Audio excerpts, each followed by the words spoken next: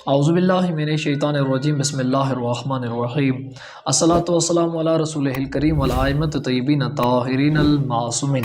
مومنین کرام، جیسا کہ آپ دیکھ رہے ہیں کہ ہم وضو کی جگہ پر موجود ہیں، اور انشاءاللہ تعالی آج ہم وضو کا جو پریکٹیکل طریقہ ہے وہ آپ کی خدمت میں بیان کریں گے کہ پریکٹیکل وضو مکتب تشیع کے ہاں کس طرح کیا جاتا ہے، مکتب اہل البیت میں وضو کا پریکٹیکل طریقہ کیا ہے۔ تو سب سے پہلے تو جو واجبات وضو ہیں وہ نیت کے ساتھ 5 ہیں، 4 نیت کے علاوہ ہیں، اور نیت کے ساتھ جو ہیں وہ 5 واجبات وضو ہیں۔ اس میں اور بھی کافی مستحبات ہیں جو ہم انشاءاللہ آپ کی خدمت میں بیان کریں گے۔ سب سے پہلے تو جو وضو کی شرائط ہیں وہ بہت زیادہ ہیں، جن کے ساتھ وضو کی صحت اور اس کی درستگی درست ہے اگر وہ شرائط اس میں ہو، یعنی کہ آپ وضو کر رہے ہیں تو جس پانی کے ساتھ کر رہے ہیں وہ پانی کیا ہو، مباح ہو، آپ پر حلال ہو، وہ کسی کا غصب شدہ نہ ہو، اور جس پانی کے ساتھ وضو کر رہے ہیں وہ نجس نہ ہو، وہ پاک ہو، مضاف نہ ہو۔ تو یہ تمام، اور اس کے بعد وضو آپ کی صحت کے لیے مضر نہ ہو۔ تو اور بھی اس میں کافی شرائط ہیں جو وضو کرنے کے لیے پہلے ضروری ہیں۔ تو اس میں پہلے اگر یہ تمام شرائط موجود ہیں تو اس کے بعد ہم وضو سٹارٹ کریں گے، شروع کریں گے۔ تو آپ کی خدمت میں بیان کرتے ہیں کہ مستحب ہے کہ پاؤں کا دھونا۔ مستحبات وہ چیزیں ہیں جن کو اگر آپ چاہیں نہ کریں تو وضو آپ کا درست ہے، اگر کر لیں تو بہتر ہے، اس کا اجر ہے، ثواب ہے۔ اگر چھوڑنا چاہتے ہیں تو چھوڑ سکتے ہیں، کوئی اس میں حرج نہیں ہے۔ جس طرح کہ سب سے پہلے پاؤں کا دھونا، چاہے آپ کے پاؤں صاف ہیں تب بھی دھونا مستحب ہے، اگر نہیں دھوتے تو واجب نہیں ہے، آپ کا وضو درست ہے۔ تو دائیں پاؤں کو پہلے ہم دھوئیں گے۔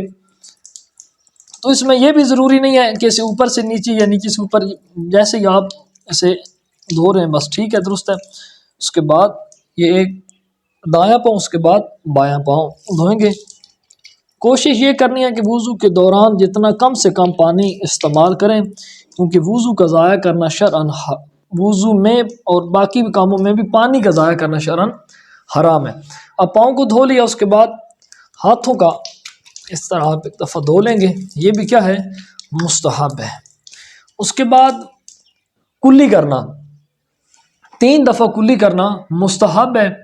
اگر آپ نہیں کرتے تو آپ کا وضو درست ہے، لیکن کر لیں تو یہ بہتر ہے، ثواب ہے۔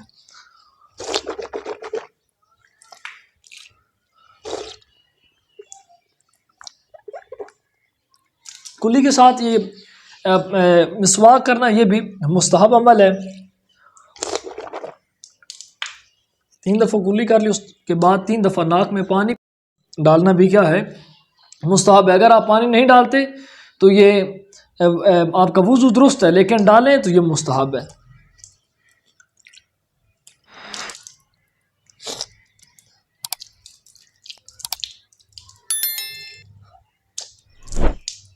اس کے بعد اب چہرے پر پانی ڈالنا۔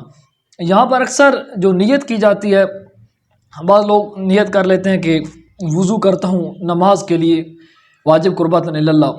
تو اب نماز کے لیے تو وضو درست ہے، لیکن نماز کے علاوہ آپ قرآن نہیں پڑھ سکتے، کوئی اور عمل سر انجام نہیں دے سکتے، تو بہتر یہ ہے کہ وضو کو نیت جو ہے وہ مطلقاً کیا کریں کہ وضو کرتا ہوں قربۃ اللہ، اللہ کی قربت حاصل کرنے کے لیے، اس میں نماز بھی ہے، قرآن بھی ہے، جو چیز بھی ہے وہ شامل ہو جائے گی۔ تو یہ اس کی جو لمبائی ہے چہرے کی، وہ جہاں سے بال اگ رہے ہیں پیشانی کے، وہاں سے لے کے تھوڑی تک یہاں پر پانی جو ڈالنا ہے وہ واجب ہے، اور چوڑائی میں انگوٹھے سے لے کر یہ درمیانی جو بڑی انگلی ہے اس حد تک چوڑائی میں پانی کا ڈالنا واجب ہے، ضروری ہے۔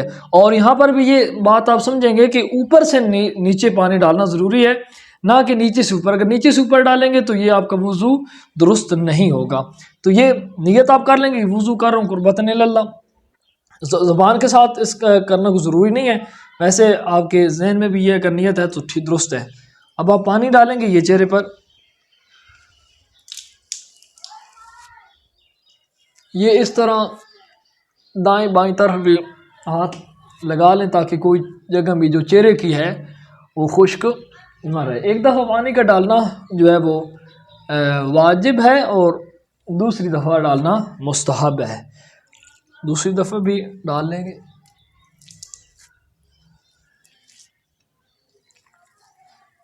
اب چہرے پر پانی ہم نے ڈال لیا ہے، اس کے بعد دایاں بازو جو ہے وہ ہم دھوئیں گے۔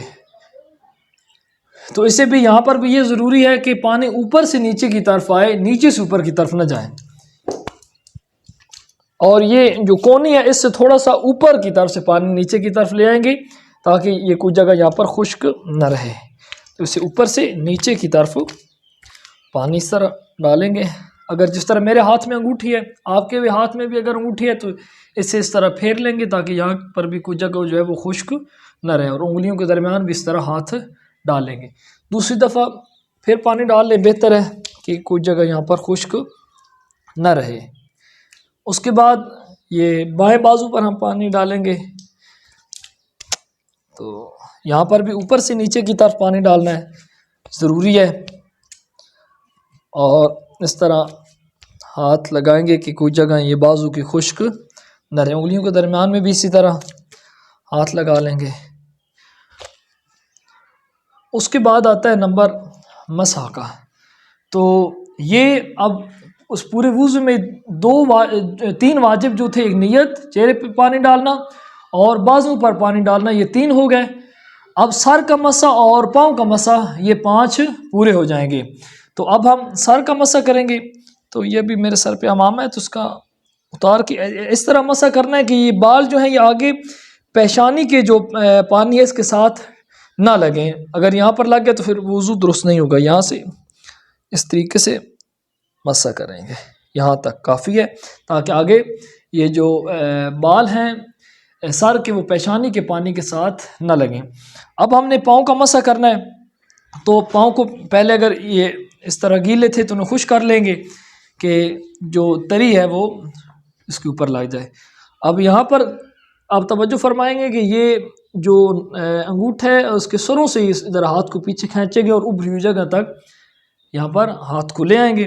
اسی طرح پھر بائیں پاؤں کا بھی یہ انگوٹھے کے آگے سرے سے یا ابری ہوئی جگہ تک ہاتھ کو لے آئیں گے، تو آپ کا وضو مکمل ہو جائے گا۔ اگر اس حوالے سے آپ کا کوئی سوال ہو جہاں پر آپ کو سمجھ نہ آئی ہو یا کمی بیشی ہم سے رہ گئی ہو تو آپ کامنٹس میں ہمیں آگاہ کر سکتے ہیں۔ خداوند کریم محمد و آل محمد علیہ السلام کے صدقے ہمیں عمل سہل سر انجام دینے کی خدا توفیق عنایت فرمائے، اور حقیقی معنی میں ہمیں اہل بیت علیہ السلام کی سیرت پر چلنے کی توفیق عنایت فرمائے۔ اللہم صلی علی محمد و آل محمد وعجل فرجہم۔